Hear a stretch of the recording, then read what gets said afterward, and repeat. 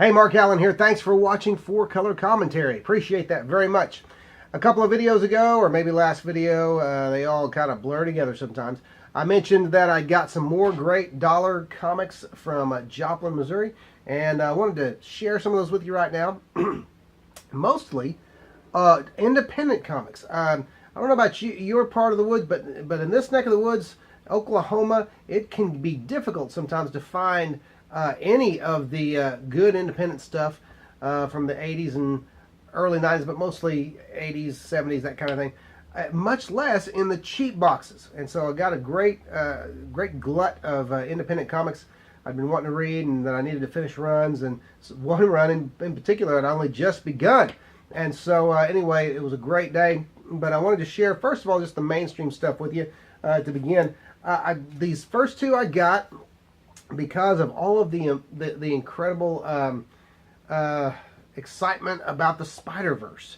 And what I found in the dollar bins were 2 copies of Silk #1.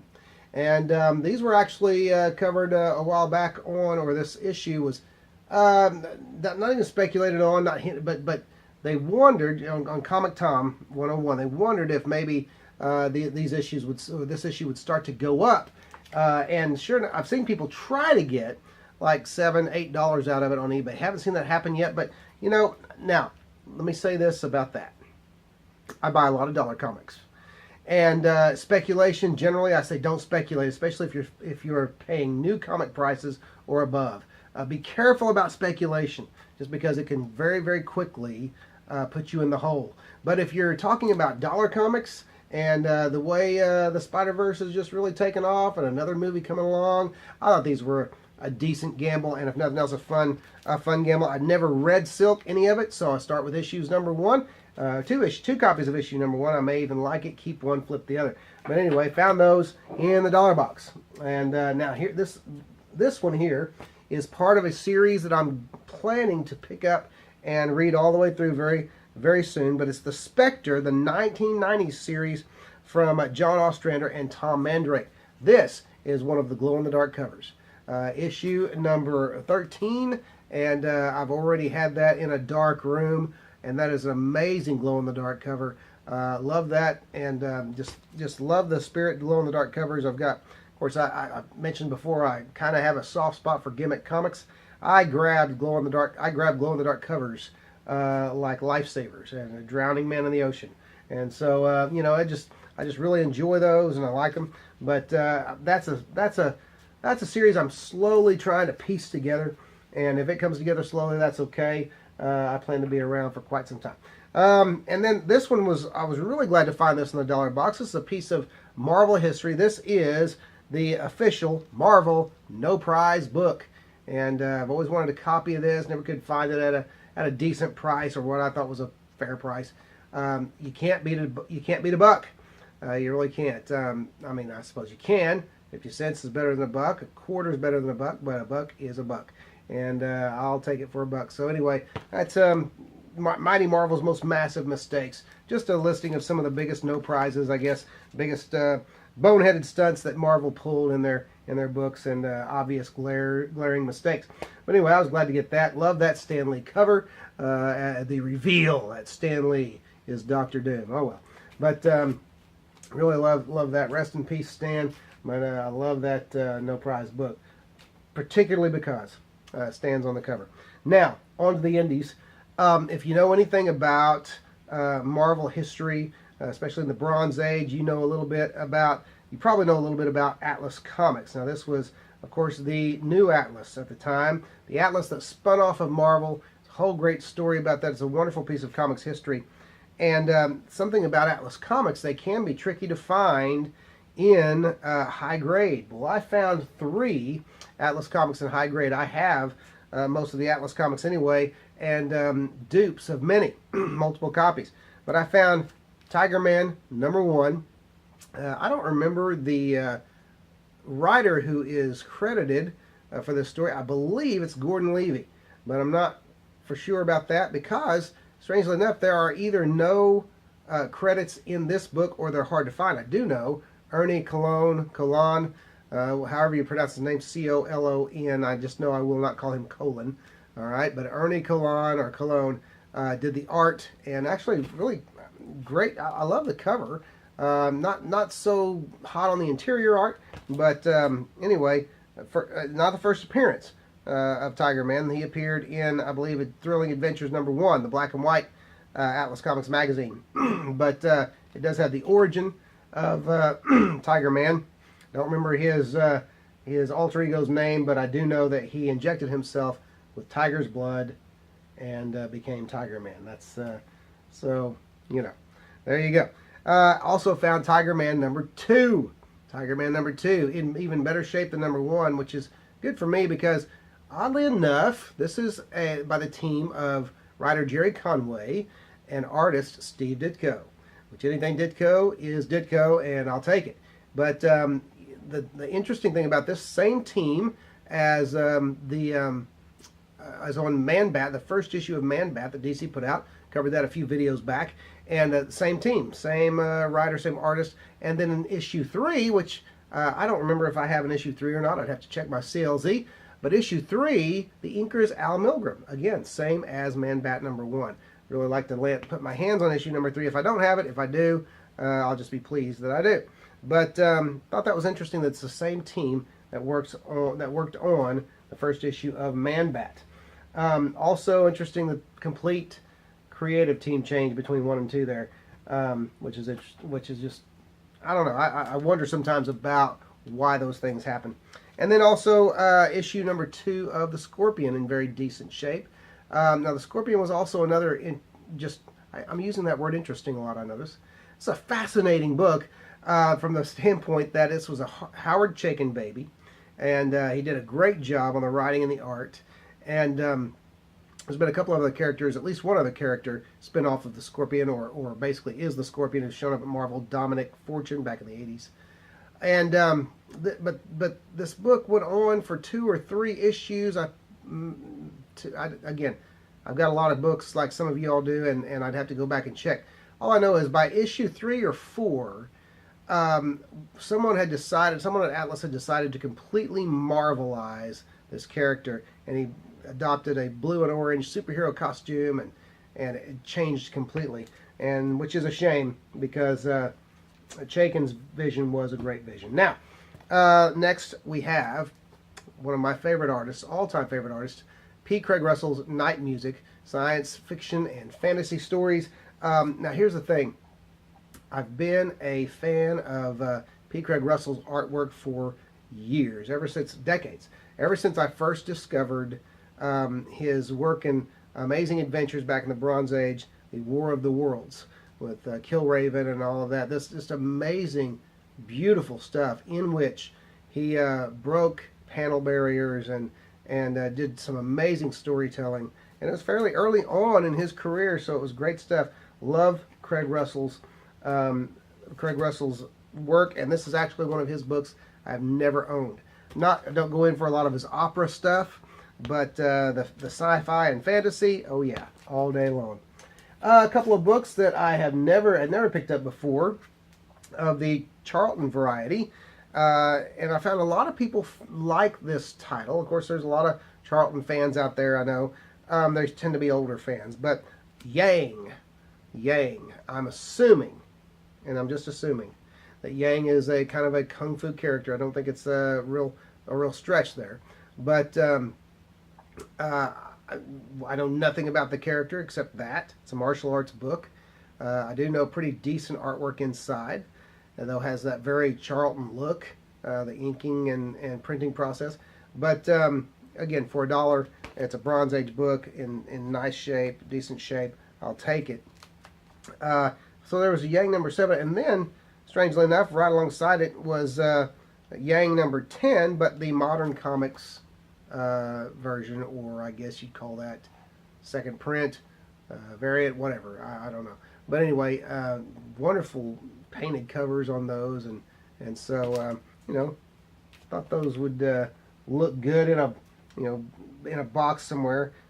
Not that anybody will be able to see them. Again, a couple of mentions. Robo Hunter #3. So it's a wonderful, fun book that I've got the first 2 issues, had begun reading not long ago and stopped because I wanted to get all of the series. But it's a great book written by John Wagner with art by Ian Gibson from the 80s. It is an 80s book. What is it? 1984. So Robo Hunter, which was an Eagle Comics production. Again, just wonderful, fun book. Doesn't break any new ground, but just a lot of fun to read. And then there's Steel Claw. Steel Claw by Quality Comics, another British company, I presume, I believe. But Steel Claw is written by Ken Bulmer and with artwork by Gary Leach. And this is just, the covers are what draw me in to Steel Claw. This is number 4. I have numbers 1 and 2, just need number 3 to finish this 4-issue story. But just look at that cover. Again, the painted covers, just really striking and really wonderful to look at. And again, the story is very creepy as well. Now, another independent by, the rest of these are independents, but by Matrix graphic series, again from the 80s. This is one I've read the first issue. I liked it. I picked up another copy because I found it, but that is Northgard. Northgard, I feel like, kind of a nod to Captain Canuck. Captain Canuck, the first modern age Canadian superhero, not first Canadian superhero. Canadian comics did actually have a golden age, believe it or not.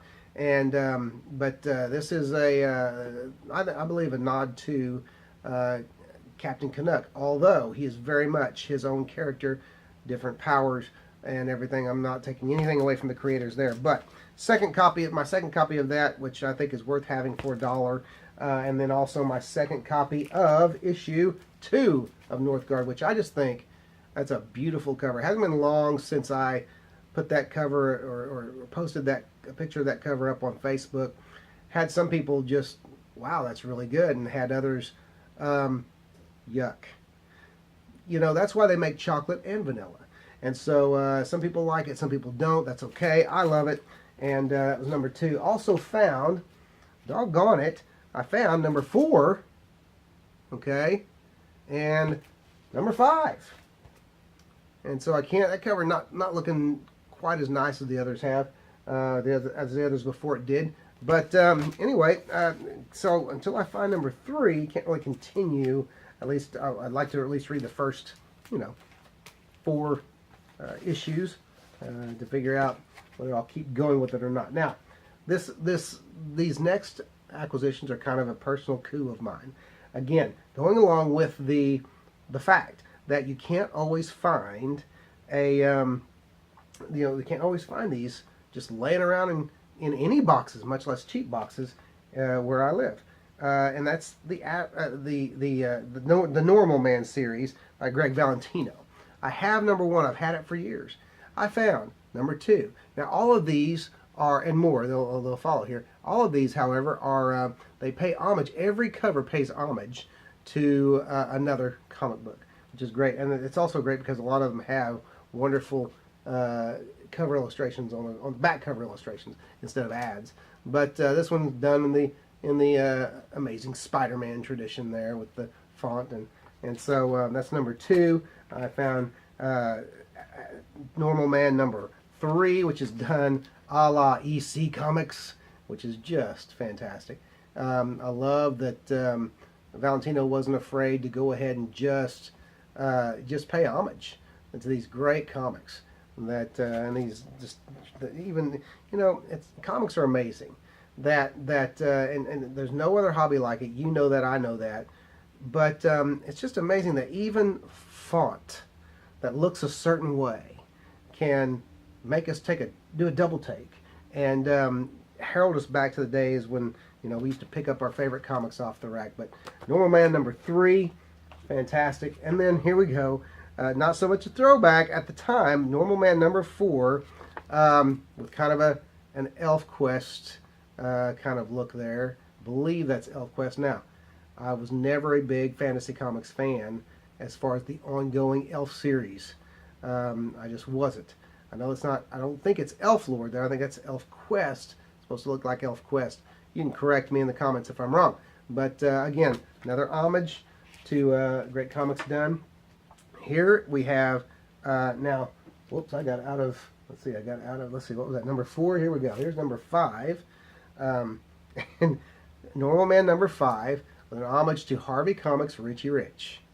And just take a gander, and you'll see what I'm talking about. Even right down to the Aardvark Vineham present. By the way, that's Aardvark Comics. I didn't mention that before, but Aardvark Vineham presents, mimicking the Harvey symbol there, and it's just fantastic.